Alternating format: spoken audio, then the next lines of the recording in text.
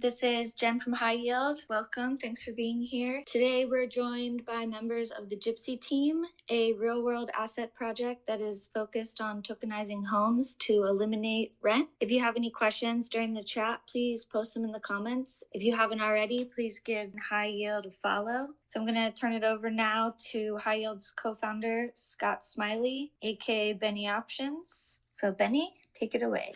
Sounds good. Thanks, Jen. Appreciate that. Definitely excited to be talking to the Gypsy guys and learning a bit more about their project as HiYield aims to aggregate some of the top real-world asset protocols under one platform to make it really easy for investors in the space to find the best deals out there. Definitely looking forward to hearing more from the Gypsy team. With that, I'll turn it over to those guys to do a brief intro about their project, and we can dive into some questions, potential collaboration opportunities. Thanks, Jenny. Thanks, Ben. Welcome, everybody. I'm joined by Brian, who's also a co-founder of Gypsy. And we'll just start with what Gypsy is. Gypsy is on a mission to end the immoral act of renting and the archaic concept of single home ownership. And we do this by turning real estate into tradable money. We're about to witness a watershed moment when it comes to assets, or even just the definition of what money is. Why is that so? Well, that is so largely because most of the things that we call money today is simply uncollateralized. Even the US dollar, since 1971, when they removed the gold pegging, has largely been driven by inflation. And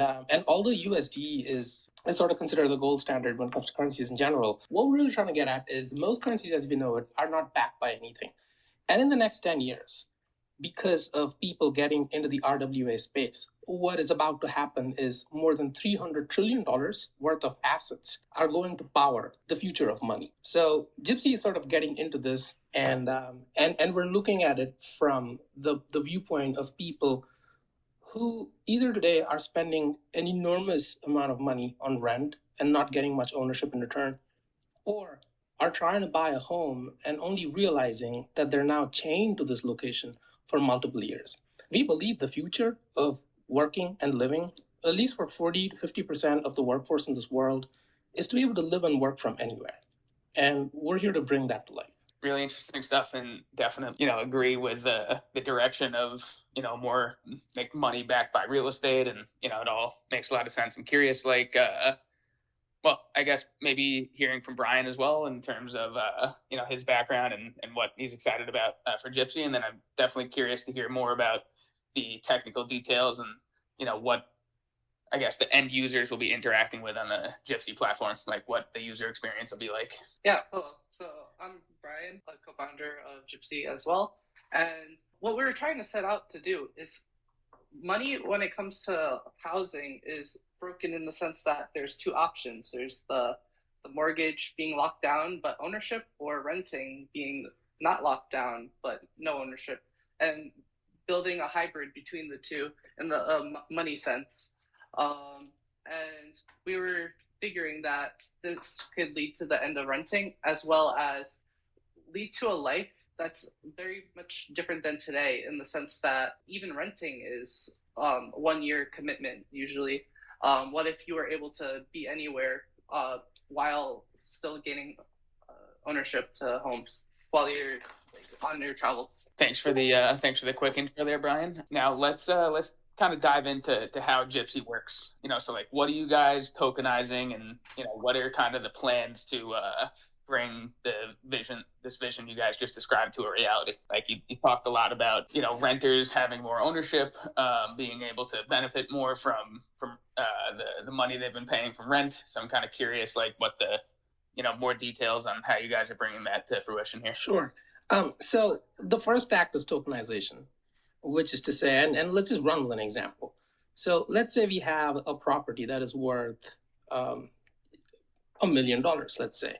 The first act, like I said, is tokenization, which means Gypsy will convert this property into 1,000 tokens, as an example, where every one of these tokens is worth $1,000. And what we tend to do is we tend to pre-sell the tokens before we purchase the home. Or put in other words, we're going to sell these tokens so that Gypsy can go ahead and purchase a said home. Typically, what we tend to do for a property that is about $1 million worth is we actually look for a property that is approximately $800,000 worth. today. And our goal then is to sell. Then I was curious, like when you purchase a home, are you purchasing it in all cash, or is it? It is all cash. Is it more? It is all cash, and okay. that has the. You guys raise the entire equity value from like a crowdfunding kind of offer. Absolutely. One of the deeper missions with Gypsy is to sort of do this independent of banks. And with that act, and that really is the power of crypto and decentralization and all that good stuff. And what that does is it makes Gypsy sort of immune to the lending rates. It makes it immune to a whole bunch of other things. And as a result, and like you said, what we will tend to do is we will tend to pre-sell the tokens, have money in a pot, and then go and buy properties all cash. And we also sort of anticipate that these properties are going to go up in value. The kind of properties that we're most interested in is a very unique category. So we're not so much going after CREs. We don't touch those. We also don't go after single residential homes or apartment buildings or any of that. What we tend to go after are properties that are built for remote work. And I think the best way to describe this is, in the 1950s and the 1960s, just like television bought the cinemas home, and what that did was every household, not just in the United States, but throughout the world, you're going to notice that everyone has one of these, TV spaces. In fact, most people's living room has morphed because of what television did. And the reason we're saying that is that same exact thing is happening with the remote work today, or has been happening since COVID. As in, if you were to go into the homes of someone who can do remote work, odds are really, really high that they've spent a significant fraction just carving out a space so they can work. So we want to tap into that idea, that there's a new generation that doesn't particularly care about a TV room, but they're really interested in having a home office of sorts. So all of our properties are going to rank really, really high on the ability to get work done, which means it's not just the property, but it's also stuff like ensuring that the Wi-Fi is gig speed and there's ample coverage in every corner of the home, making sure that. All right, so it sounds like the homes that you're targeting are mainly to be used for kind of the remote work lifestyle. Yes. And potentially going to be Airbnb. Is that kind of the goal? So you buy a property and then you Airbnb it, or some other type of service? Is Gypsy planning on building that type of service themselves around these homes? Yes. To generate rental income? Yes. Okay. So we're unlike Airbnb. Again, Airbnb, I mean, if you think paying rent is bad, there's one way to make it worse, and that is Airbnb. Yeah, it's the Airbnb. So I know that. We're very much against that. And the whole premise here is if we're going to get people to live in these homes and pay rent to us, they're going to get a token every month. Every single month, they're earning one of these tokens, and these are security tokens, and they represent fractional ownership of the home. And what we foresee is, from renters' perspective, a tenant is who we like to call them, not so much renters. The tenants, if they were to live in our properties for about 10 years, they would have racked up enough equity to be able to afford one of these $1 million homes themselves. Okay, so just kind of double clicking on that point specifically. So when you, sorry, I'm using Airbnb so much. I guess when you do these short-term rental agreements with people who want to use the home for remote work while they're traveling, they earn. You're saying So you started off saying you buy $1 million home, you break into 1,000 tokens, so it's fractional ownership. Are they earning, when they're paying, are they earning these fractional tokens? Yes. So going back to that example again, $1 million home, what we tend to do is we tend to buy a home that is actually worth $800,000. We only have to pre-sell the 800 tokens. And what we tend to do with the other 200 tokens is, we keep a liquidity pool, which is, for repairs or what have you. And we also ship these tokens to renters. And unlike Airbnb, we're not thinking so much short-term renting. That concept isn't so much a Gypsy thing. The minimum stay we envision people have is about a month, if not 3 months. So we go in chunks of those rather than a week or a day or any of those things. And what generally happens with short-term rentals in particular is, there's always this thing that most short-term renters, they're either paying rent somewhere else already, that's their primary home, or they have a home, and everything they do with short-term rental is above and beyond what they're already paying for a roof on their head. That to us is very parasitic. Like, we want people to not have to rent homes anymore and sign leases that are a minimum of 6 months to 1 year, and we also don't want people to sort of do single home ownership again. Most young people don't want to do that, and we're here for that.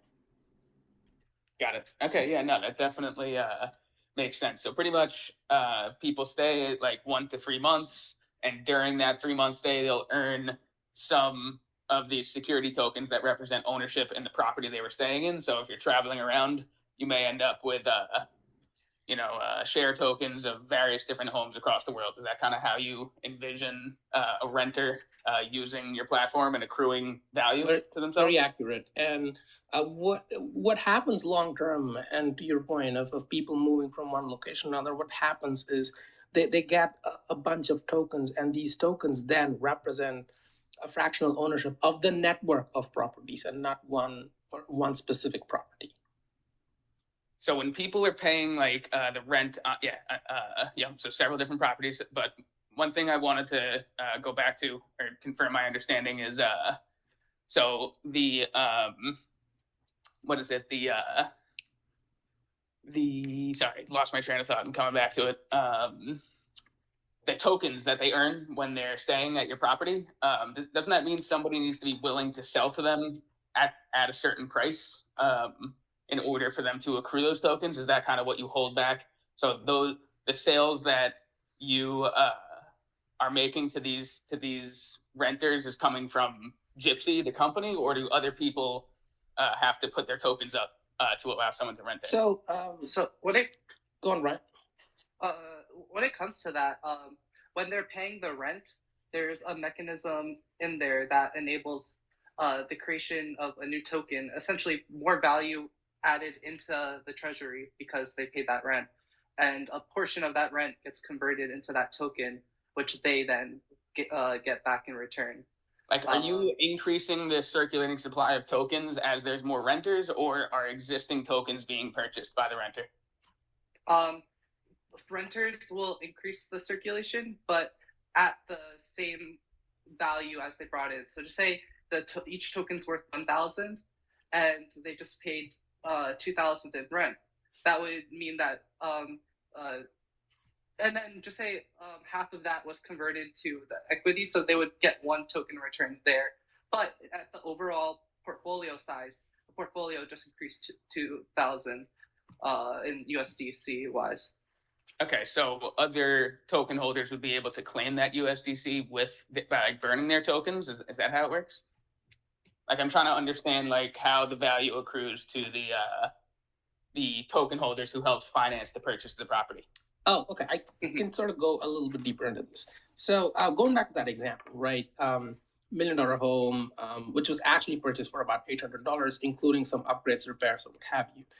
The thing with owning a home is any home left to itself is going to disintegrate, and that's thanks to the second law of thermodynamics. Chaos ensues, and what most homeowners don't factor in is the fact that they're going to have to constantly pay for maintenance and repairs. So what we tend to do is we tend to, and if you look at statistics, it's going to be like 10 to 15% of a typical home's worth is what you're going to have to pay in the next 5 years for just upgrades and repairs.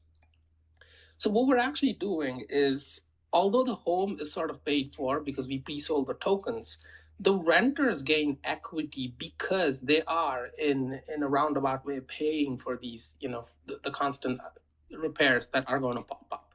And as a consequence, they get a token in return.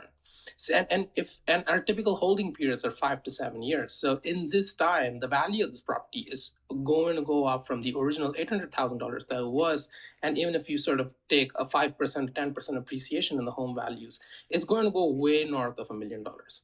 So at the end of the 5 or 7 years, every token holder, that includes folks who got in on the ground floor and helped us finance the purchase of the home, as well as all of the tenants who kept earning these tokens along the way because they chose to stay in these properties, are all going to get a solid form of liquidation when the home is eventually sold. Okay, and so you guys maintain the right to sell the home at any time, essentially? It will be a DAO in the sense people can vote. Most people definitely want the liquidation to happen, but then if something happens in the world and the prices are really low, there might be a decision that the community takes to defer the home sale for another year or what have you.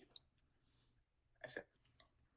Okay, so there will be some kind of governance token as well. Of course, governance rights associated with the token. Yes, sure. Okay, associated with the token for an individual property. Yes, Got yes. it. And yeah, no, that makes a lot of sense. I'm trying to think. I've been asking the technical questions about cash flows and stuff, trying to think about how we could potentially structure a deal where high yield users or high yield can come in and help finance one of these things and be repaid over time with rental income generated. It's something that I'm trying to think about here, but from a higher level than the specific cash flows, being able to get financing or liquidity against one of these properties is definitely something that I'm thinking about here, and how high yield can come in and help you guys do that. Yeah, happy to talk about that. So I think what high yield is doing is beyond fascinating and also super interesting, and that sort of applies to a whole bunch of things that Gypsy and projects like Gypsy are about to do. How so? Well, first of all, let's understand cash flow. Now, there's cash flow that is real and tangible, and that is because of rental income. And then there's also cash flow that is deferred to the future because of home appreciation. Again, that's not realized until the home is sold. We're projecting a 15% appreciation in value of token every single year. How did that work? How did we arrive at that number? So for a start, the rental for these properties is going to be approximately 10% of the property value, which again is sort of what happens in the market. So there's rental income, and a part of the rent obviously goes as token for equity, and then there's the actual property appreciation. We're looking at it from a perspective that, just to keep things simple in this call, 7.5% happens because of cash that is inflowing thanks to rental redistribution, and then the other 7% is going to happen because the property is appreciating. The reality is more like 10 and 5, as in 10% there's cash flow because of rental, 5% is the appreciation of the underlying home. Where high yield comes in is you guys are phenomenal at the 10%, which is rental income that is coming in and which can be redistributed to the token holders. This is profound because without what high yield is doing, most of our token holders are beholden to hold on to this token until we sell the home. Which can be a fairly long period of time. I mean, we can speed things up here and there by allowing people to sell their tokens to other people who are willing to buy and so on and so forth. But, those aren't as strong as being able to sort of see money come back to you every single month because rent was paid. And that's where high yield comes in. So what you guys are doing, and if we were to join hands, what this will mean to a token holder is they can effectively start getting money back for their token pretty much every single month. And if the deals were structured correctly, there might be a way for a token holder to pretty much recuperate all of their investments in a period of time that is much shorter than the 5 to 7 years of liquidity that we're offering without high yield. Yeah, I definitely have been thinking something along those lines as well. There was one thing that I want to go back to also. Apologies to keep jumping around in the conversation, but you mentioned, that you were going on in the beginning about how fiat currency is not backed by anything, and it used to be backed by gold, and they've made all these changes since then, and it got me thinking: are you guys hinting at a stablecoin backed by the Gypsy real estate? Is that kind of what you're one of your longer term goals, or am I reading too much? We did think about this, and in fact, one of the first versions of Gypsy, Brian can speak to this too, is we were thinking about a split token model where you're going to have stable coins, and then you're actually going to have the security tokens, and then that there's a pegging from the stables too. The only problem we're going to run into as far as launching this as a two-person team is going to be the amount of regulation we're going to have to deal with when it comes to both the stablecoins as well as the security token. So, just to clear the table a little bit, we're only going to focus on the security tokens because that is the most critical component.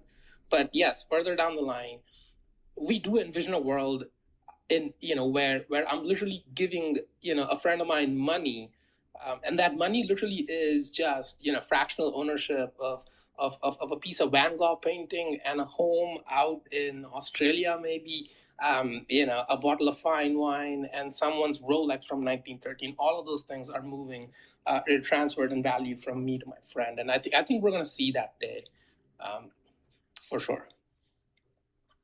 Yeah, no, agreed with that, and I would definitely be interested in seeing a stablecoin backed by solely real estate could be an interesting direction. I do think you would have a lot to handle in terms of keeping it stable on like a day-to-day basis, but something maybe you guys can consider longer term.